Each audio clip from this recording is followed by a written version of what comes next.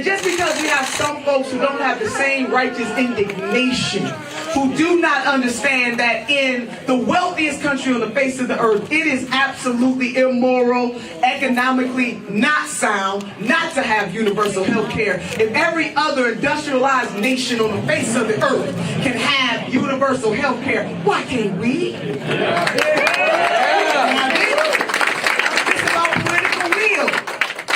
President who just gave a $1.6 trillion tax cuts to the wealthiest people and corporations in this country, many of whom pay zero in federal taxes. But meanwhile, back at the ranch, when Senator Sanders says that we're going to cancel student debt, people want to question, well, how are we going to do that? Well, you know what we're going to do? We're going to take that $1.6 trillion that you just gave away to the wealthiest people in this country and give it to the workaday people of this nation. We're not going to take it. About political will. The wealthiest country on the face of the earth makes no sense whatsoever. So, sisters and brothers, you do deserve better than what you have been getting. And Senator Sanders has been on a crusade for justice all of his life. And sometimes when I think about what 20-year-old Bernard Sanders was doing at the University of Chicago when he was the president of CORE, when he was standing up against segregation and discrimination at that university in housing, where they would not allow black students to live in the same facilities with their white sisters and brothers. And may I just pause for a minute? Can we all just pause for a minute? This is Black History Month. Can we do that for a moment? Black history is America's history. Hello, somebody. He's at the University of Chicago, and he stood up for students going to school in Chicago, in K-12 schools. That picture, that receipt that you see of Bernard Sanders being arrested is a receipt for him standing up for justice. I am not sure if he knew in that moment in his life that he was being prepared for this moment right here. Hello, somebody.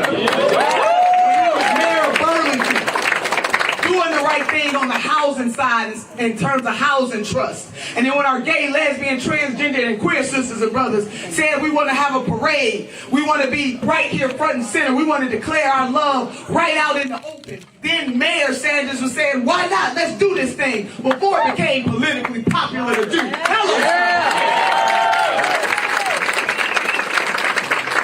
And then in the House of Representatives, everywhere the senator has gone before he had the fancy title that he has right now, and we can roll the tapes, baby, hashtag receipts, you will see Senator Bernard Sanders 99.9% of the time right there where the workaday people need him. And he didn't wait. We didn't even have to go that far back.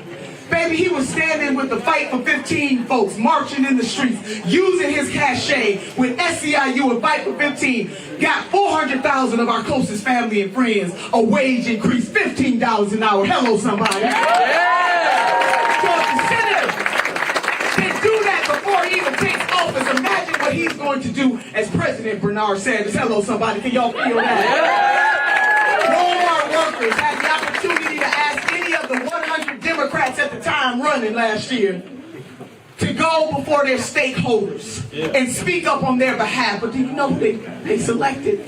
They selected Senator Bernard Sanders. The #1 teaching profession donating to this campaign, teachers. Hello, somebody. Teachers. We got nurses. We got Walmart workers, Amazon workers, postal workers, you name it. All of those folks are a reflection of the working class people from all backgrounds in this country. They already know who the champion is, and his name is Bernard Sanders. Hello, somebody. So let me just say this. Senator Sanders is indeed 78 years old, but baby, we about to make him 46. Come on. He will be 46. That's what we are going to do. And that's why this campaign is not about me. It is not about him. It is about us. You know, Sister Helen Keller once said that alone we can do very little, but together we can do so much. That is the foundation of this campaign. That is why it is about not me, us. It is how the senator, before he was senator, has conducted himself decade after decade after decade after decade. Baby, can't nobody handle this. They can't stand up to his consistency. Baby, this is real. Somebody who doesn't see from the castle but he sees it from the streets. And he understands from the street view that far too many people in this country are suffering no matter what the stock market says. When somebody's charged $1,600 a month for one prescription, something is wrong with that. When somebody spends one night in the hospital and they're charged $27,000 for that stay, something is immoral about that. When parents can't look into the eyes of their babies and say, baby, you can go to college. Whatever you do, you can go to college. Something is wrong in this country when it costs more to go to college than anything else in this country. When people are trying to elevate themselves, we have a street view leader in Senator Bernie Sanders. He won't sell us out. He won't let us down. He doesn't kowtow to the wealthiest people in this country because, baby, he's taking $0 from billionaires. His only special interest is you and you. Come on, somebody. It's time. You deserve better than what you have been getting. So our agenda is not radical, it's right on time. If you're among the working poor in this country, it's right on time. Not radical, right on time. We are in a right on time movement, multicultural, multi-generational, multiracial, and multi-gender movement. So can you do something for a sister? I'm about to bring up somebody who's near and dear and close to the senator's heart. Hello, somebody. But y'all know I got to do this. I do this everywhere that I go. Can you raise one hand for yourself? And one hand for somebody else. Now I need you to feel this thing. The great Dr. Maya Angelou once said these words: have the courage to stand up for yourself and then the courage to stand up for somebody else. And with these hands we will have Medicare for all. With these hands we will have college for all. With these hands we will cancel student debt. With these hands we will cancel medical debt. With these hands we will make a legal system more just. Hello, somebody. With these hands we're going to get women their whole damn dollar. With these hands we will deal with climate chaos. With these hands we will have transcendence. And with these hands we will elect Senator Bernard Sanders, the 46th President of the United States of America. Come on with me. Now,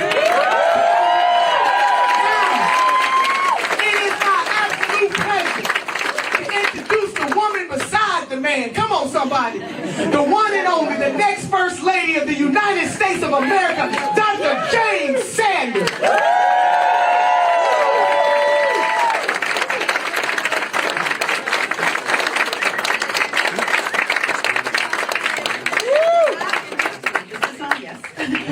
Back in Newton. I was just here 2 days ago, but it's wonderful. And, I just want to say a few words. It's an honor to be here to introduce Bernie, and I just want to say a few words about him. The first time I heard him speak, he embodied everything I believed in, and that's when I got politically active again after leaving politics for a while. I still feel that way. He still does. After 40 years, I can't be more proud to be at his side than I am. So during this campaign, Bernie and I have traveled the country. We've traveled throughout Iowa, and we've talked to a lot of people, probably a lot of the people here. What we have learned is that people trust him because of the moral clarity that he has demonstrated throughout a lifetime of work.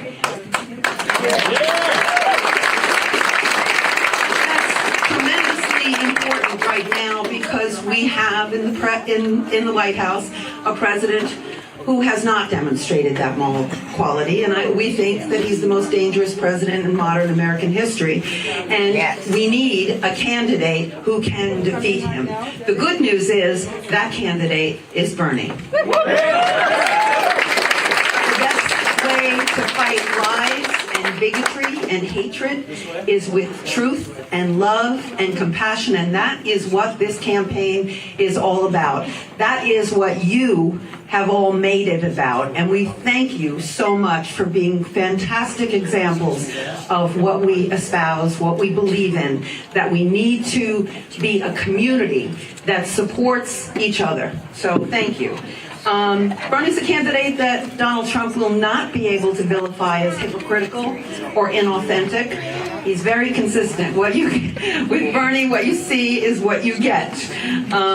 So I just want to point out that right now, beyond it being a tough race, it's an important moment in this country.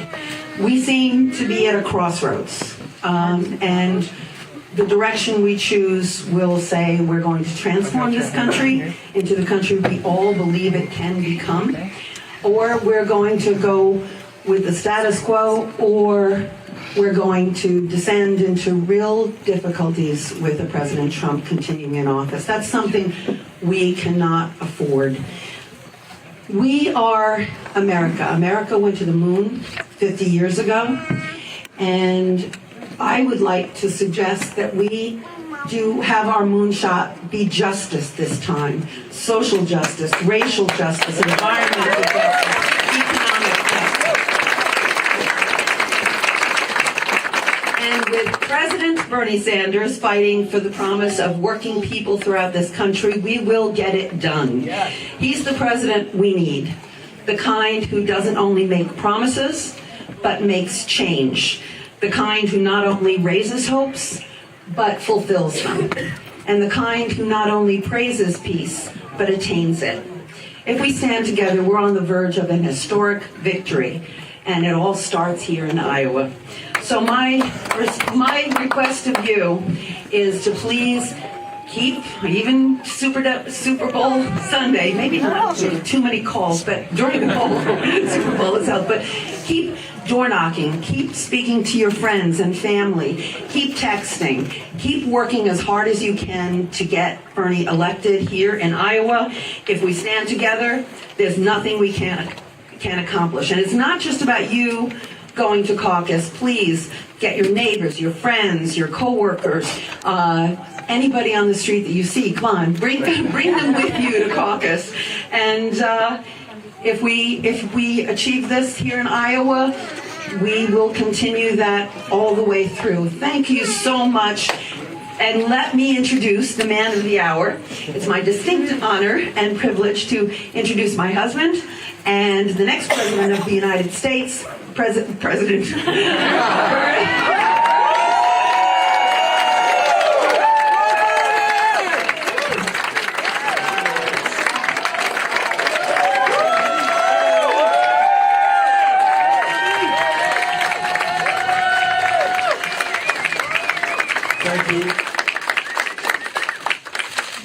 We have squeezed a lot of people into a small room. I want to thank all of you. We're going to head to Des Moines and do a Super Bowl thing in a while, but this is actually the last canvas organized event that we have done in this campaign. And I want to take this moment, because this has been a long campaign. We have done well over 100 town meetings and rallies. We have spoken to tens of thousands of people. And we have put together, I think, an unprecedentedly strong grassroots movement. So this is a moment I want to thank the people of Iowa for their hospitality. Thank you. And thank them for their seriousness of purpose. I think the people of this state get it. That in the most consequential election in the modern history of America, they go first. Tomorrow night. And I think people have been thinking hard about what kind of candidate they want to support. Thousands of people, I'm sure, have gone to different meetings, talked to different people. And I just want to say a deep expression of gratitude to the thousands and thousands of volunteers on our campaign, including many in this room. I want to tell you something. I want to tell you what this campaign is about and what makes it a different type of campaign.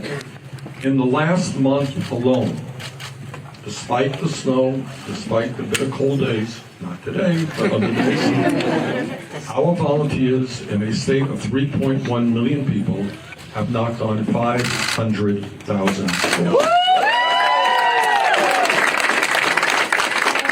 I don't know if any campaign ever has done it, but that is just an extraordinary accomplishment. That's what you are doing.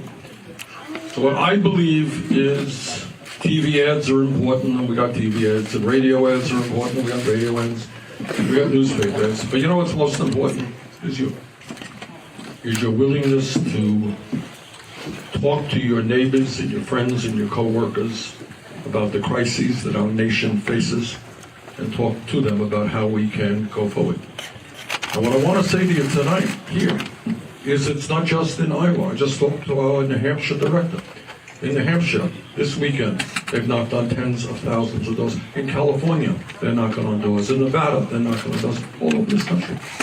And the reason that we are doing that is that we believe in what our politics is about, is the only way we defeat Donald Trump, the most dangerous president in modern American history. The only way you defeat him is when we have the largest voter turnout that this country has ever seen. And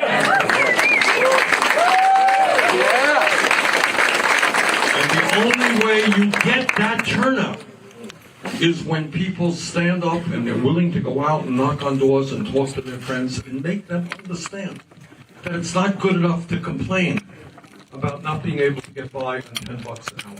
We know that. Not good enough to complain that you can't find for your kids quality, affordable child care. We know that.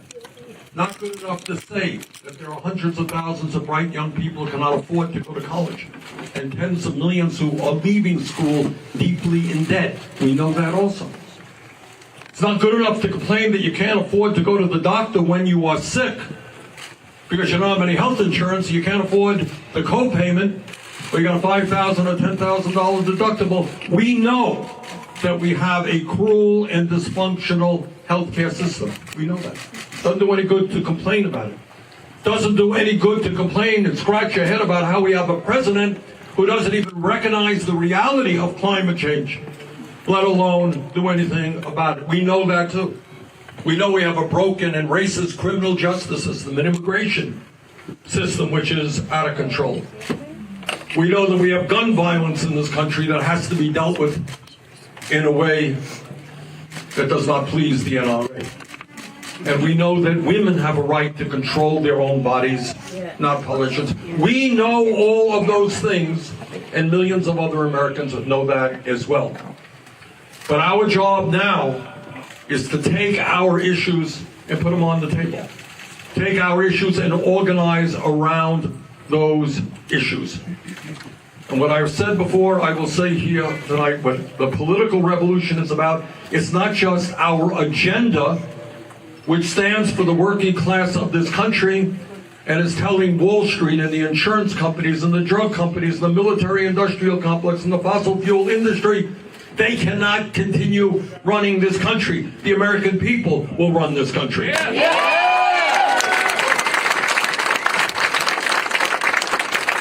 But it's not just our agenda, as strong and powerful as that agenda is. It is the grassroots movement. And I want you all to know here in Iowa that you are part of an unprecedented, unique movement.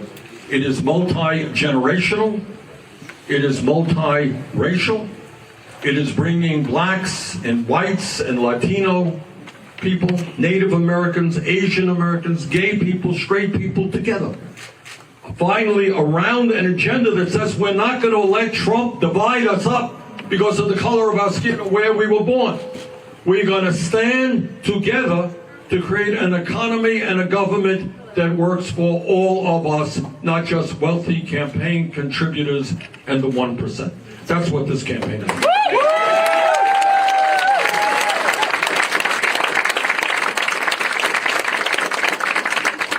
So in this unprecedentedly dangerous moment in American history, when we have a president who is a pathological liar, we have a president who is running a corrupt administration.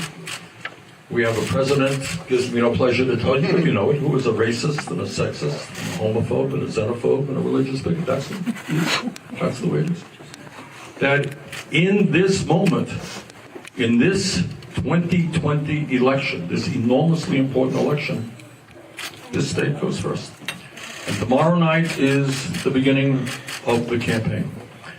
So my request of all of you is to do everything that you can in the next 24 hours.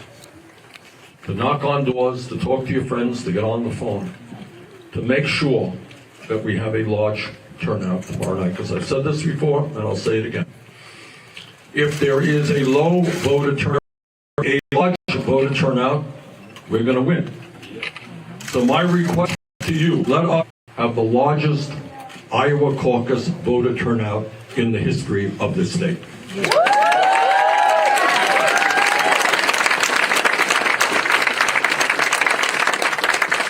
Iowa, let me thank this again, all of our volunteers, our staff, done an extraordinary job. I'll be on a plane tonight, back to Washington. Tomorrow I'll be back to Iowa. Go Burke!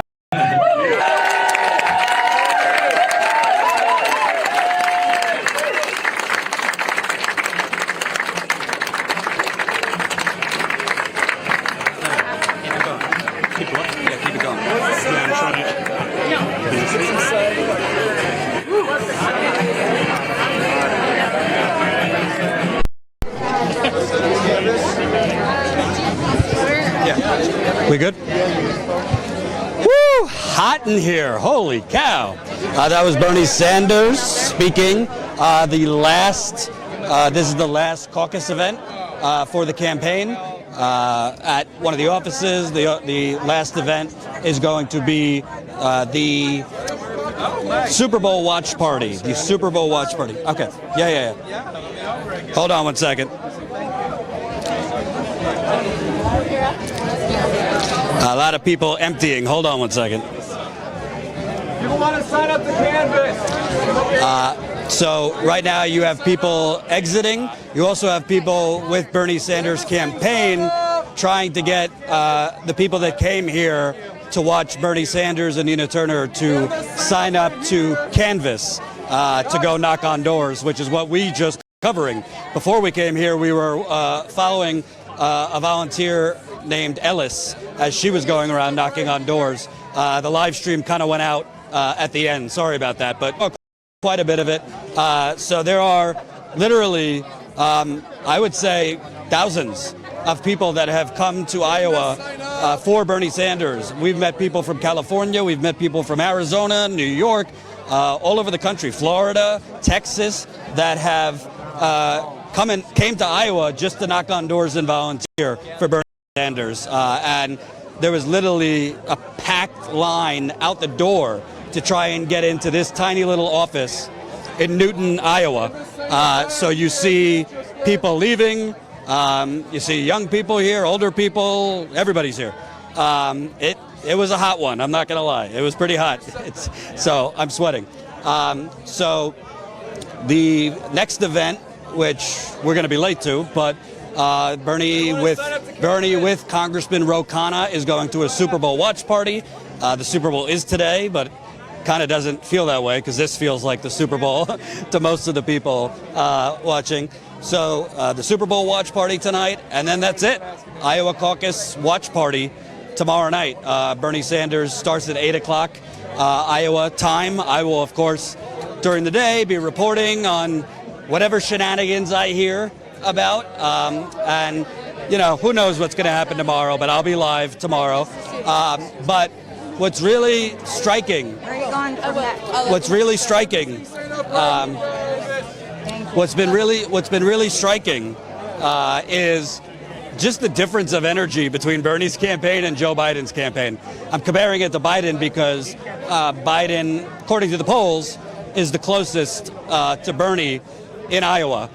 We don't really know the last poll because the Des Moines Register chose not to release it because little old Pete Buttigieg complained that one person that was called, just one person that was called, got the wrong, or Pete Buttigieg wasn't offered as a choice to one person.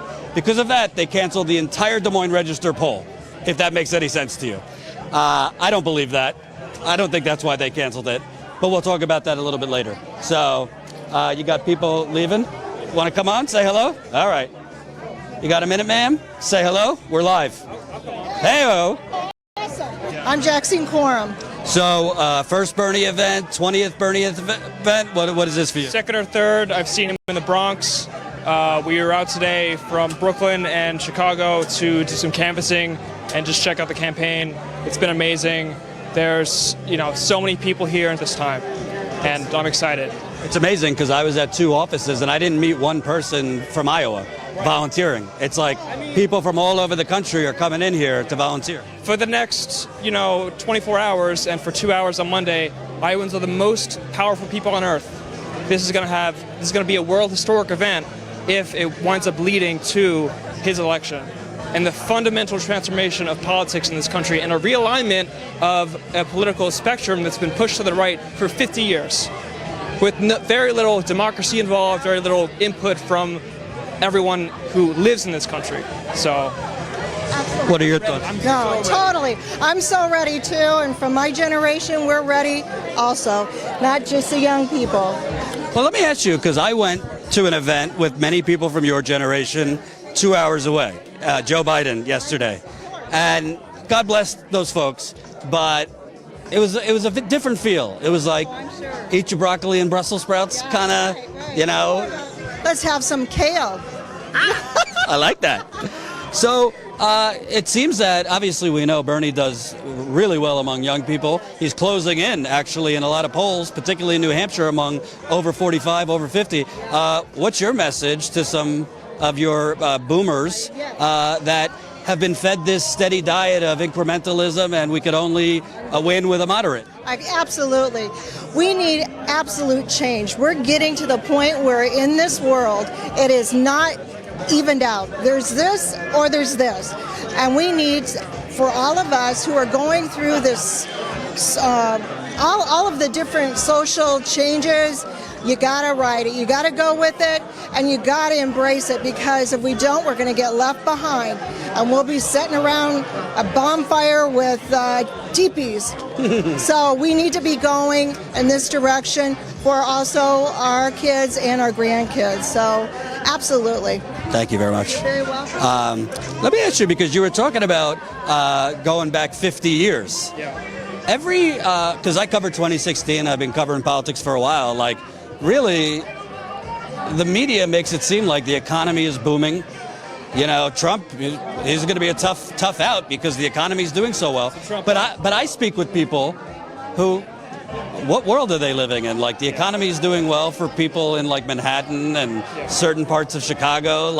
Most people don't feel that. And I think that's why, even with a lot of the corporate media propaganda that I cover a lot, Bernie's kind of breaking through, because it doesn't seem like he's a scary boogeyman. It just seems like he's a different version of FDR. Yeah, I mean, one thing that I've internalized when talking to Iowans here is just explaining that, socialism, despite having a really bad sort of connotation in the media, there's already socialism in this country.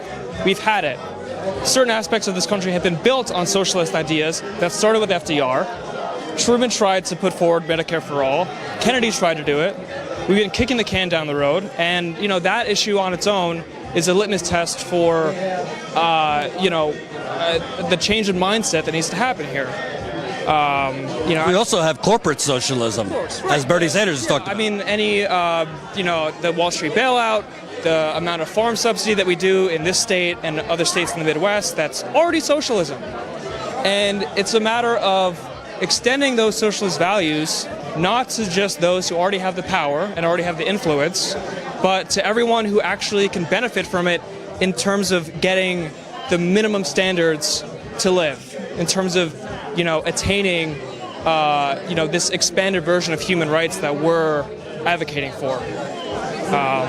I think, if it doesn't happen now, I don't know when it's going to happen. AOC in 5 years, if not now, maybe.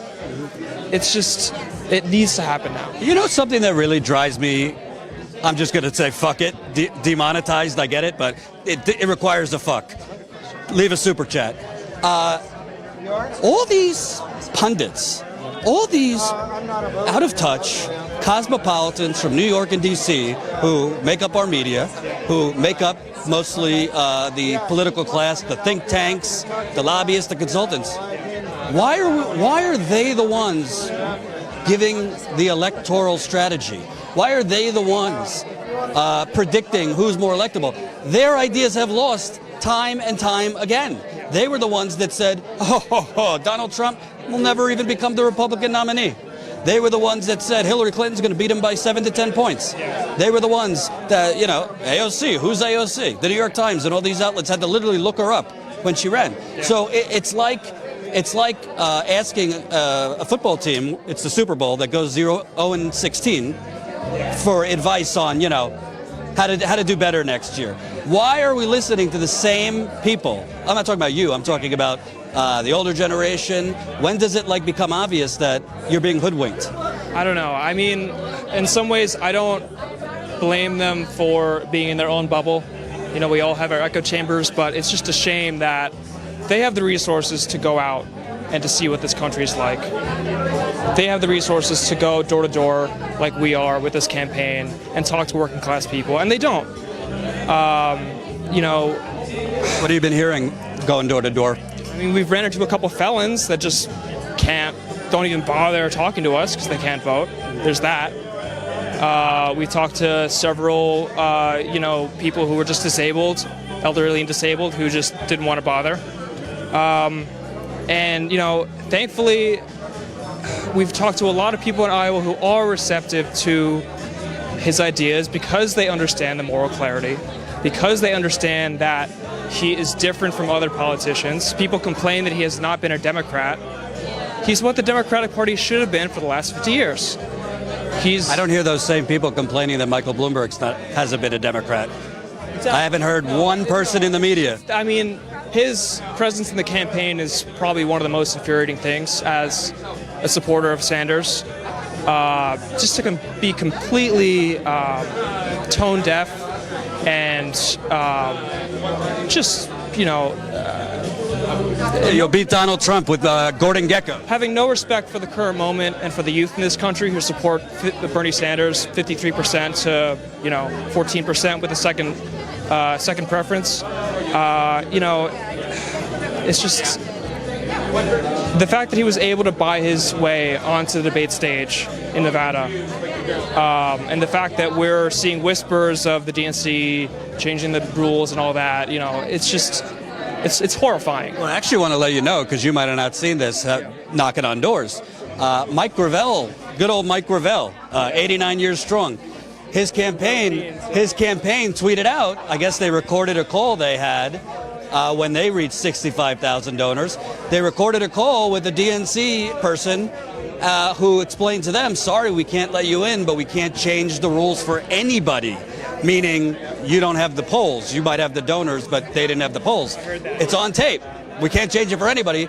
But a guy who donated $325,000 to the DNC, just so happens Michael Bloomberg donated $325,000 before entering the race. They changed it for him. So it seems like the whole rigging thing, maybe it's just a different form this time, but they are mangling the rules to elevate a plutocrat. I mean, the Bloomberg presence in the race is infuriating, but it's also a good thing for Sanders to just point to and run against and say, hey, on this debate stage next to me is a guy who just bought it. And hopefully Sanders and the campaign can, reframe his presence in the campaign and really use it as an example as what's wrong. And, hopefully that campaign, the Bloomberg campaign, becomes something that we can use against the machine that powers him. Last question to you. We got 1,000 people watching right now, a lot of people from around the country, a lot of people watching us from around the world. What's your message to people that come next? Like New Hampshire, Nevada, South Carolina, you got Super Tuesday, 14 states. Whether Bernie wins here, whether it's very close, what's your message to people? Because there's either going to be really exhilarated people tomorrow night, or damn it, this is happening again. What's your message to those people? I mean, I have anxiety about it. I've been feeling it all weekend. But, I can't deny the energy that's here. And whether we win or not, this is, the best that the campaign has done. It's the best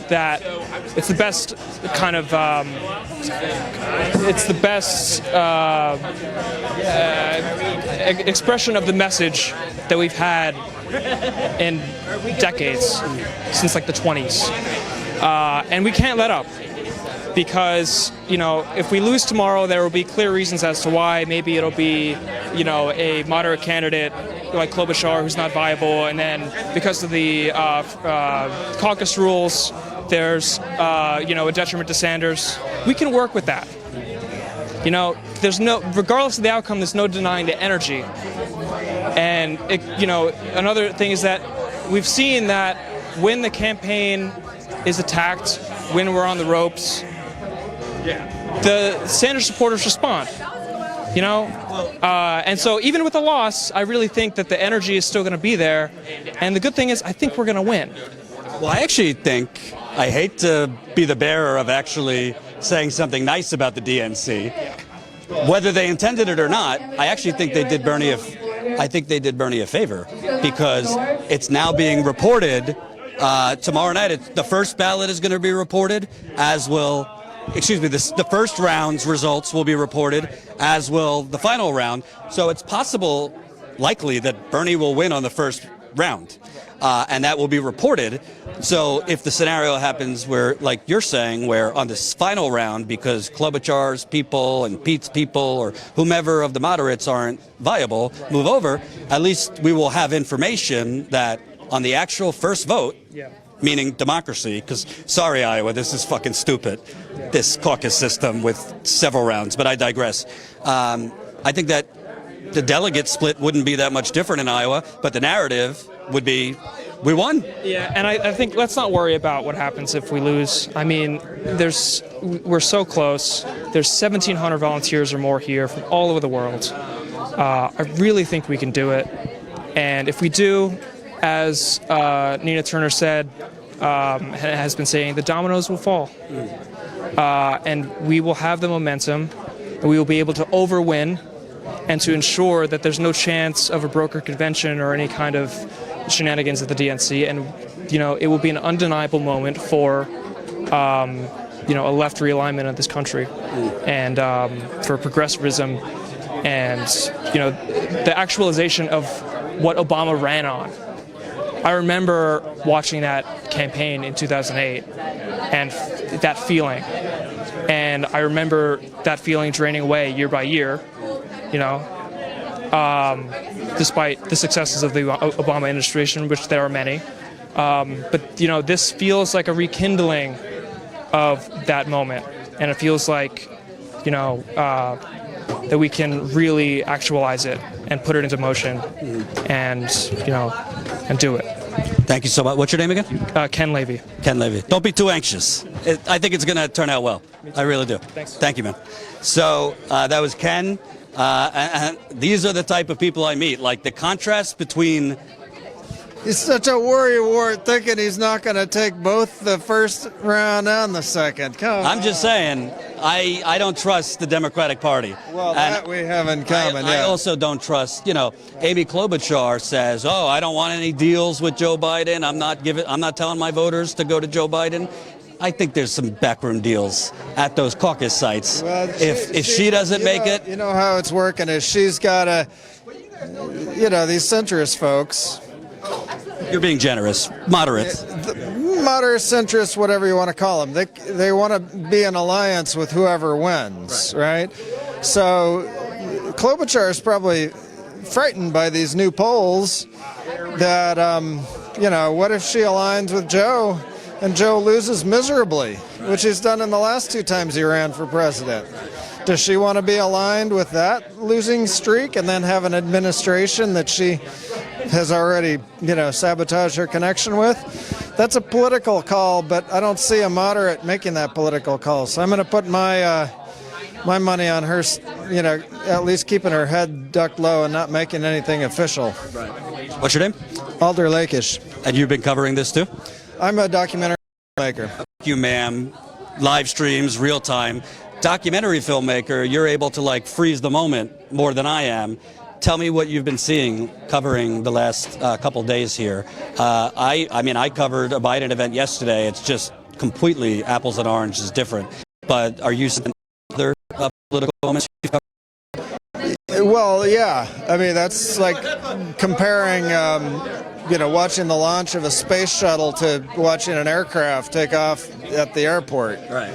This is, look at the numbers. We've got 290 million social media hits on Bernie so far.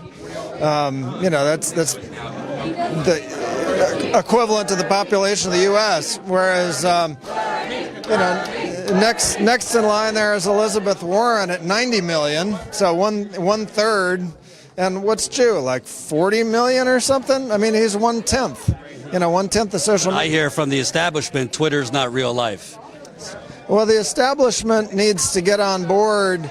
We've been through a few elections now where the progressive left has been asked to hold your nose and cast your vote. And, the demographics have changed since Bill Clinton was elected. Back then the progressive movement was about, 17 to 19% of the electorate who actually were active voters. And now we're in the high 20s, low 30s. We're a higher percentage of the voter, the Democratic Party than the moderates are. And so, it's really inexcusable to look at, trying to take an entire, 51 to 58% of your own party and saying that these people are not us. A much better strategy is take this ground game that's been built with Bernie, run on that, let progressives have the, have the administration. It's not the end of the world. There's still a lot of moderates in Congress who can... Well, no, because then all these consultants and think tank people and lobbyists and all the bourgeoisie, they'll have to, go on corporate welfare or something because they won't have the money flowing in as much. That's why they're fighting Bernie. It's because of their own personal interest. Well, sure. That's definitely the establishment. I guess I'm speaking from the perspective of the maybe the corporations themselves. The biggest issues we've got economically right now are not the left putting pressure on the rich with taxes. It's the potential of a shipwreck of the entire economy because we don't have GDP that's high enough to support our corporate and national debt. And if we're going to bring that back into balance, the only thing that's going to save us is the Green New Deal, because that's the only thing that can create enough jobs to actually reboot our GDP and create economic growth. We can't keep doing it by natural resource extraction. There's not enough goods to still be stolen out of the earth to support that. And that's what's happening around the planet. So we got to start planting trees instead of cutting them down. I don't worry about the debt because it's all nonsense. We print the money for war. We print the money for tax cuts for the rich. There's enough money to go around. Debt, we've always had debt. The truth is, there was something that changed in this country, and if you're old enough to remember this, I think in the 1980s, right? I know it was a movie, but this kind of, how Trump has allowed quiet racists to just openly be racist? I think the whole Gordon Gekkoization, greed is good, just allowed social Darwinists, the Republicans, and the Bill Clintons, the Al Gores, who are basically country club Republicans, Democratic Leadership Council, these people, just to say, fuck it, survival of the fittest, may the greediest win. And that was basically made okay in the 80s, and it's only got worse since. And I think the progressive movement that's uprising right now is a counter to that, because for a long time, it was this idea like, America, may the best man or woman win. And I think that was made, allowed people to be that way and operate that way in the 80s. But now people are fed up with that, and that's why they're going after Bernie, and his people. Oh, they're coming at us on Twitter. They're not nice. They're mean. It's because finally people are fighting back against that social Darwinism. I think we're hitting the wall of natural limits. If the planet were 8 times as large as it is, you could still make these social arguments against, the exploitive capitalism. Let's call it shareholder capitalism. But that's basically what they said back in that era is, never mind the social cost of the policies that we're pursuing. That's just collateral damage to wealth, and we're okay with that. The problem is now that you're running into the, what David Korten called cowboys in the spaceship mentality of you have, limited natural resources. We have an entire GDP based upon natural resource extraction. And we're running out of, we can't over leverage this stuff. We keep, there was a study that showed, I think it was either $19 trillion was the real cost of bailing us out in 2009. Not one. I read 22 trillion. Yeah, or 20. Anyway, somewhere in the neighborhood between 20 to 30, and that is, that plays right into someone like Paul Ryan and their problems with debt. The problem is we're at a point now with the Green New Deal. We can create so many jobs and reboot. We have to rebuild all of civilization along ecological lines. We have to rebuild our entire transportation system. We have to rebuild our entire energy system. We have to rebuild everything. We're starting from scratch. But there's an S-curve there that is gives us an opportunity. And we're basically at the same place we were as a planet now that America was when Thomas Jefferson made the Louisiana Purchase. You've got this wide open landscape of potential prosperity. All we need is the political willpower to borrow some fictional money, put it into existence, to hire people to do good deeds, rebuilding society, recreate our corporations, employee-owned corporations. Bernie's about all this. So is Andrew Yang. We've had more progressive candidates in this race probably than the sum total of all the races combined since FDR was president. The ideas are fantastic. We've got 8 candidates out of 24 that I would happily vote for if they could get as far as Bernie. Bernie's the one who's going to win. But a lot of these other the ideas, if you look at what Andrew Yang's talking about too, he's not going to win the Iowa caucus, but he is collecting a vast amount of support for a very similarly aligned ideology as what Bernie is talking about. It's truly a movement that's bigger than any one person, and Bernie. I think there's some flaws with Yang's theory. However, I do like that he's brought automation, basically that this is going to be a jobless, it basically is low-key a jobless society, real jobs. I mean, we're talking, all we are, a collection of part-time, freelance. So I think he's right on that. I do like the idea of universal basic income. I think his plan for it is flawed.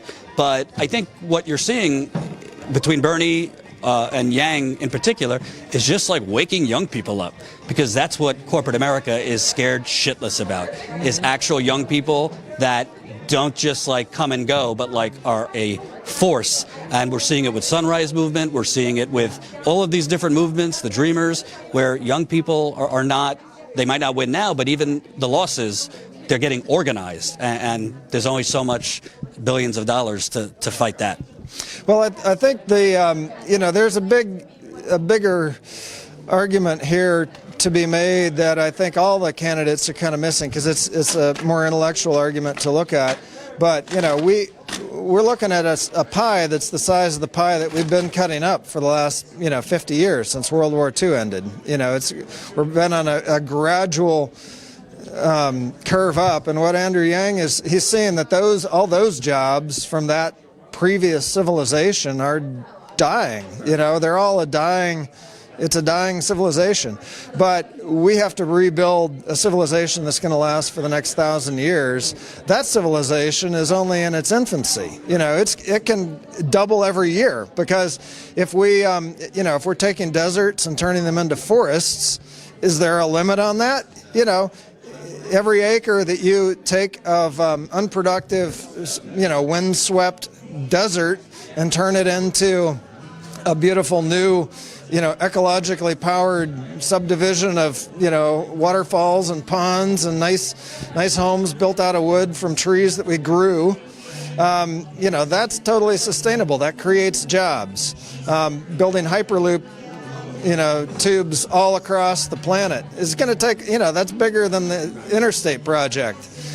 We've got literally hundreds of millions of jobs that are going to be required to rebuild civilization. The real question is whether our existing civilization has to crash utterly and put us into a new depression before we have enough common sense to make that transition. I think that's what would happen if Trump were re-elected. We're probably in for a global depression.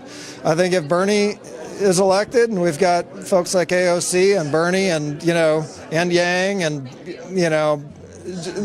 go down the whole list, we will have enough power in Congress and in the executive branch to get the financing we need to redo this stuff. And the thing is, if we put in, if we're talking, ecological reboot, it's really what the Green New Deal is. We're not conserving, conservation is one part of it, but rebuilding, you're re-greening, rebuilding the planet, turning, wastelands into beautiful areas, replanting coral reefs.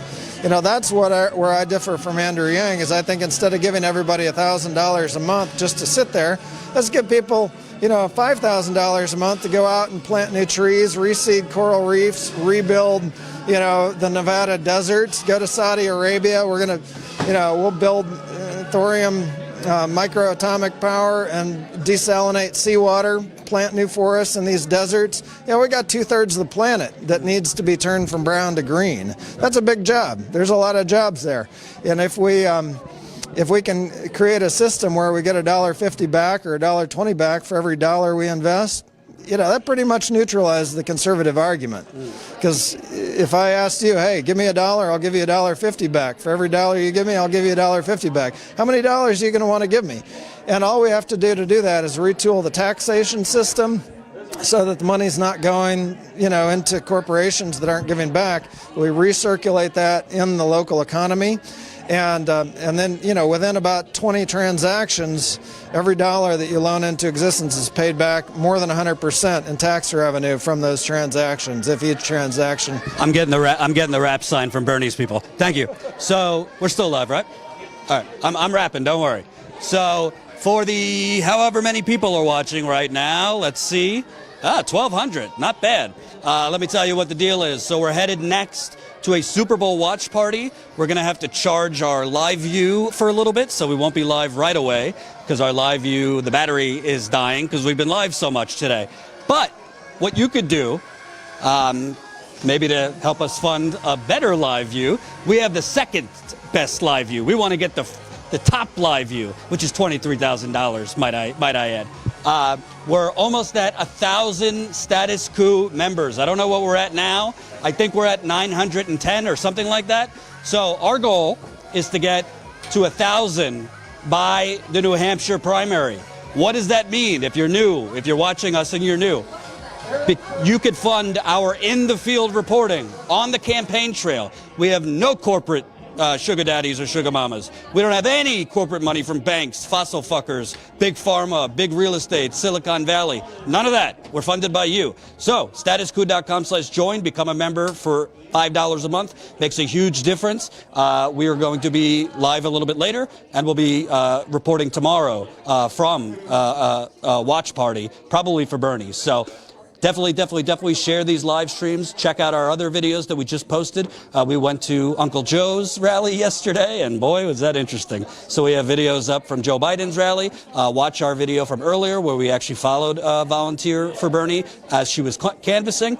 And definitely sign up for our email list, statuscoup.com.